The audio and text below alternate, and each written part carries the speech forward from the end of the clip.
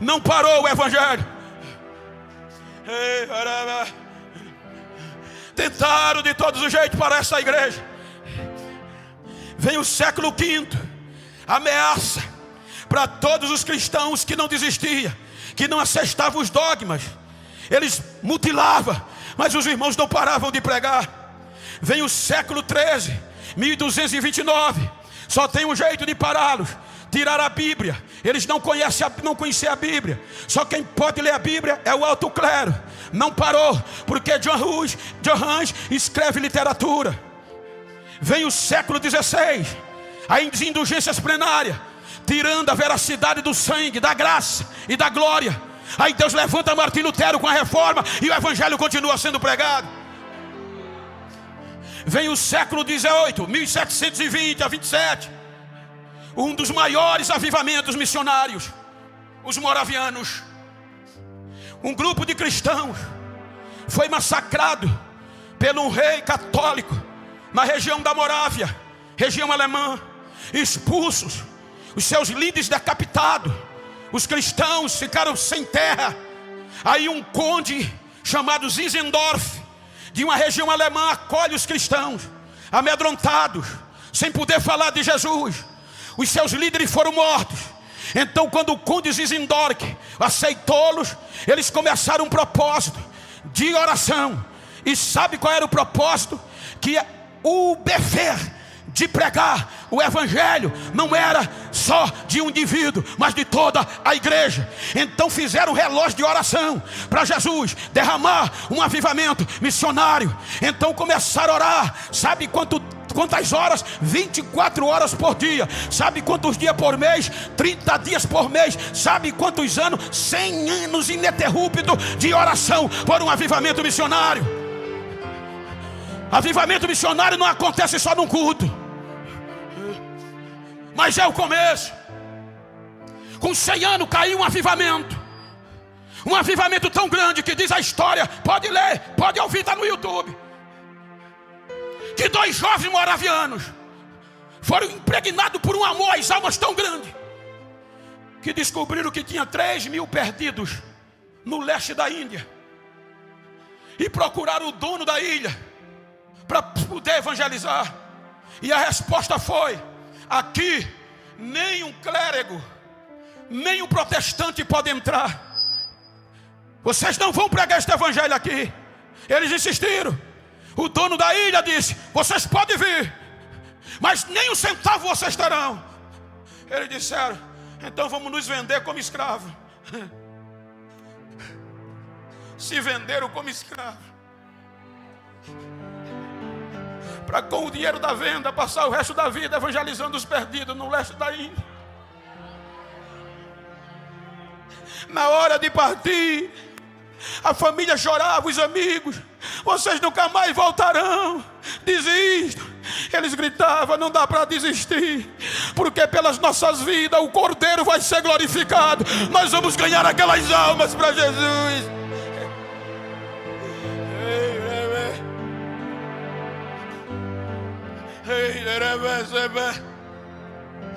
Precisamos evangelizar. Quando nós pensamos que Teresina tem cerca de 900.000 habitantes e que nós não chegamos nem a 5% da população,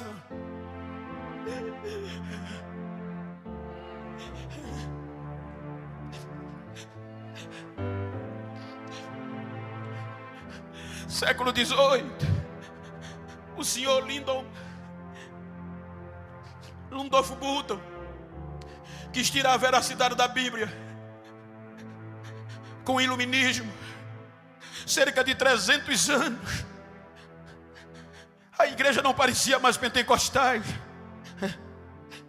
Mas no século XX, depois de 300 anos de esfriamento, um jovem chamado Evan Robert, de 13 anos de idade, adolescente, no meio do frio espiritual, ele procurou o pastor no país de Gales, seu pastor, e disse: meu pastor, eu quero ser cheio do Espírito Santo para ganhar alma para o meu Jesus.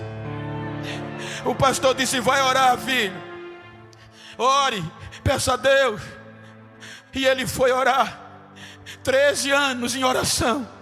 Quando completou 26 anos, o Espírito o encheu e ele começou a pregar o Evangelho no país de Gales. Foi um dos maiores avivamentos missionários da história, porque em um ano aquela frieza foi quebrada e quase 100 mil pessoas aceitaram Jesus do seu país. Os cultos que ele ia só tinha hora para começar, tinha culto que rolava 24 horas e o povo cheio do Espírito Santo. Cada dia era multidão de alma e o poder caído. Século 20, 1906, com base no avivamento europeu e americano, 2 jovens saíram da Europa por conta de uma visão, brilhos com o nome Belém, cheio de fogo do Pará. Vamos olhar aonde é este nome no mapa. Brasil, Belém do Pará, Brasil. Na revelação, Deus diz: vou tornar esta nação a nação mais pentecostal e evangelizadora do planeta Terra. Vou morar lá. Largaram o luxo da Europa e vieram para Belém. Domingo eu estava pregando lá, e sábado, e você chora e chega lá, vê ainda mulheres antigas que contam a história. Não tinham o que comer, não foram aceitos pela religião, mas contra tudo e contra todos começaram a pregar o Evangelho e fundaram a Igreja Assembleia de Deus Pentecostal. E agora começou por lá e ninguém segurava mais. Então, século 20, os nossos pais desbravaram o Piauí, desbravaram Alagoas, desbravaram o Nordeste, chegaram no Rio de Janeiro. Os macumbeiros diziam: aqui eles não entram, mas quebraram a cara, morreram. E hoje é um dos estados mais avivados e pentecostal do Brasil, porque é o poder do Evangelho de Jesus, é o poder do Evangelho.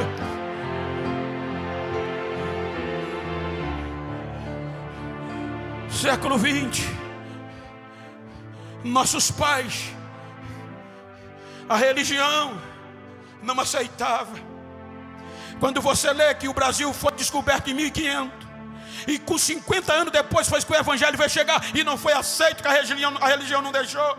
Só depois de 1800 mais ou menos. Você chora de ver o quanto eles sofreram.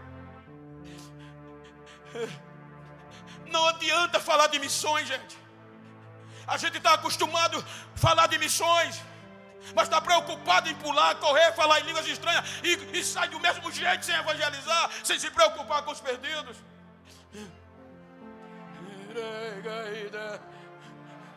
Nós somos semente de sangue.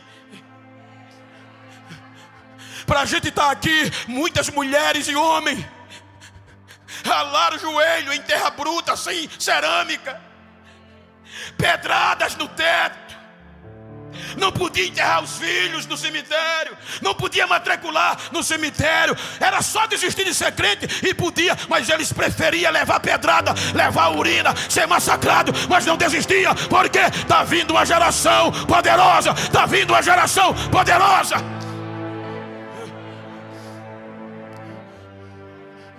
Muitos perderam a vida. O Evangelho venceu a peste bubônica. O Evangelho venceu todo tipo de praga que apareceu nesses 2000 anos. Olha a história. Procura o Império Romano. O Império Romano acabou, caiu.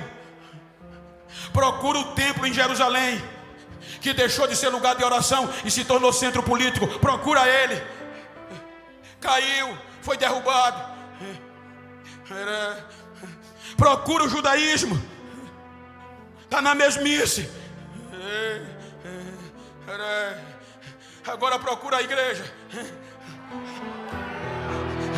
Procura a igreja. Diga para quem está ao seu lado: continua de pé.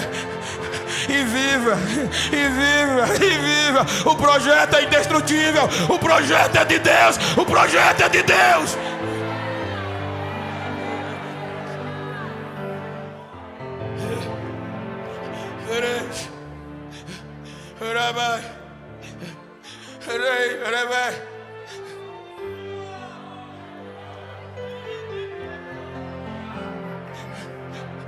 Precisamos evangelizar.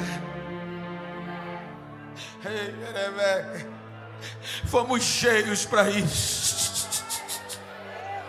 O Espírito de Deus está sobre mim. Não foi para eu ser famoso, não foi simplesmente para eu enriquecer cobrando altos cachê, não. Foi para quê, Bento? Foi para pregar uma mensagem aos pobres, para abrir os olhos dos cegos, para libertar os cativos e apregoar o ano da graça, da graça, da graça de Deus.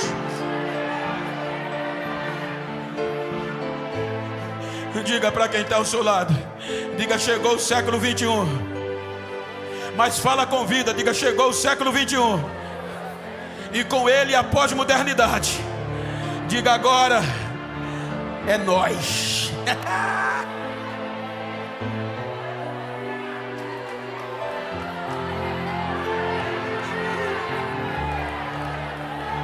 Agora é nós, agora somos nós. Eles fizeram a história deles. Os nossos filhos, os nossos netos vão ter que contar a nossa história.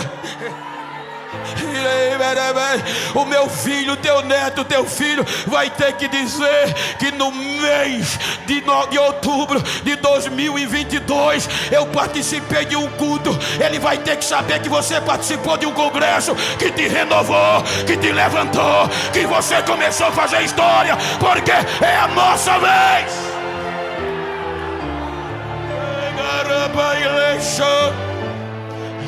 Erlaia Shafagai de Biosha. Ai, Braisha Chasava. Lemibia de Shai Sidaha.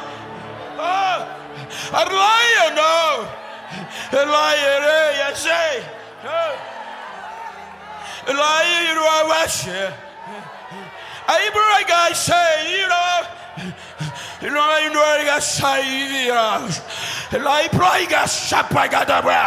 a minha unção está invadindo esses corredores e esta casa. Eu estou renovando promessas e chamadas, porque eu não mudo, eu sou Deus. Recebam agora a unção da minha graça. Assim diz o Senhor: agora seja renovado, agora seja missionário, renovado agora, agora.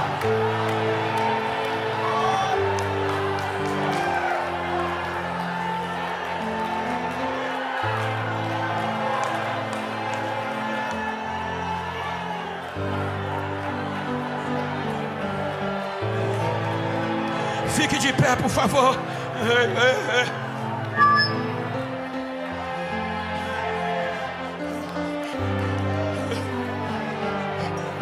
Com todo respeito, não estou falando nada ao contrário, muito pelo contrário.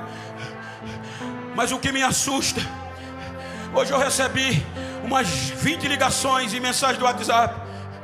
E a primeira coisa não era nem a paz do Senhor, é como está o fulano presidente aí. Evangelho não depende do poder do homem, é poder de Deus, filho.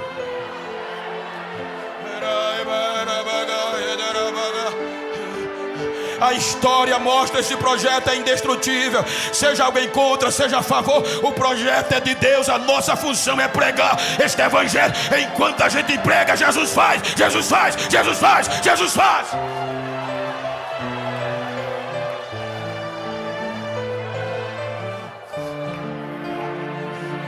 Não podemos ver este projeto como um projeto político. Paulo disse: eu tenho medo, porque se Deus não poupou nem os ramos verdadeiros, imagina vocês que são zambujeiros.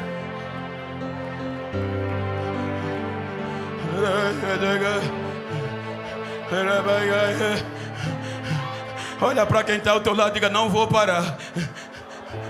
Diga: o meu bairro que me aguarde, a minha cidade que me espere, que eu vou sair daqui e vou impactar.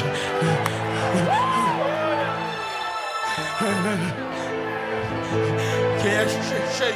Quem é cheio do Espírito Santo? Quem é cheio? Então eu gosto de pregar, terminar com a igreja. Olha para esse crente que está do teu lado, se for do mesmo sexo ou íntimo. Eu preguei ontem e vou dizer hoje de novo. Vira para ele aí, vira para ela. Me ajuda, coordenador, me ajuda, Toniel. Me ajuda, por favor. Vira para ela aí, vira para ele. É um congresso. E diga: ô missionário, ô missionária, tô nem aí como você chegou. Quero saber como vai terminar o congresso. Diga: vou terminar pegando fogo, vou terminar cheio do Espírito, vou me renovar. Diga: vou ser cheio. Então profetiza para ele: seja renovado agora, seja cheio agora. Sai, vai, vai, vai, vai, vai.